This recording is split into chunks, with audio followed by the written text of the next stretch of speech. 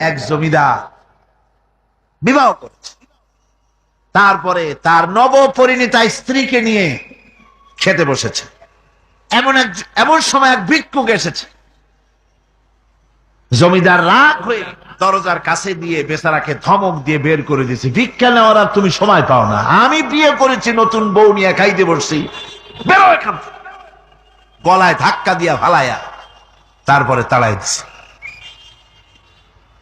বাস কয়েক বছর পর এই জমিদারের জমিদারি গেল, টাকা গেল, পয়সা গেল, সব শেষ। বউ পুষবে এমন পয়সাও নাই, বউ তার থেকে বিচ্ছিন্ন হয়ে গেল, বউকে তালাক দিয়ে দিল। দীর্ঘদিন পর এই স্ত্রী বিবাহের একটা প্রস্তাব এলো আর এক জমিদারের সাথে, আর এক এলাকার নতুন এক জমিদার হয়েছে, তার সঙ্গে বিবাহের প্রস্তাব এলো। এরপরে সেই বিয়ে হয়ে যাওয়ার পর নতুন জমিদারের সাথে এই স্ত্রী বসে খানা খেতে বসেছে প্রথম দিন। এমন সময় দরজার কাছে এক ভিখারি এসে হাজির। নতুন জমিদার বলছে, বউ আমরা তো খেতে পারবো, আমাদের খাবারের প্লেটটা আজকে প্রথম তোমাকে নিয়ে খেতে বসেছি, এই খাবারের প্লেটটা ধরেই তুমি ভিখারিকে দিয়ে আসো।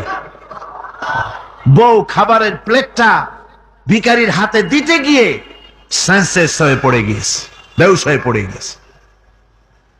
নতুন জমিদার অনেকক্ষণ অপেক্ষা করলো, বউ ফেরে না কেন, যায় দেখে বেহুশ, মুসাফির সেখানে দাঁড়ানো।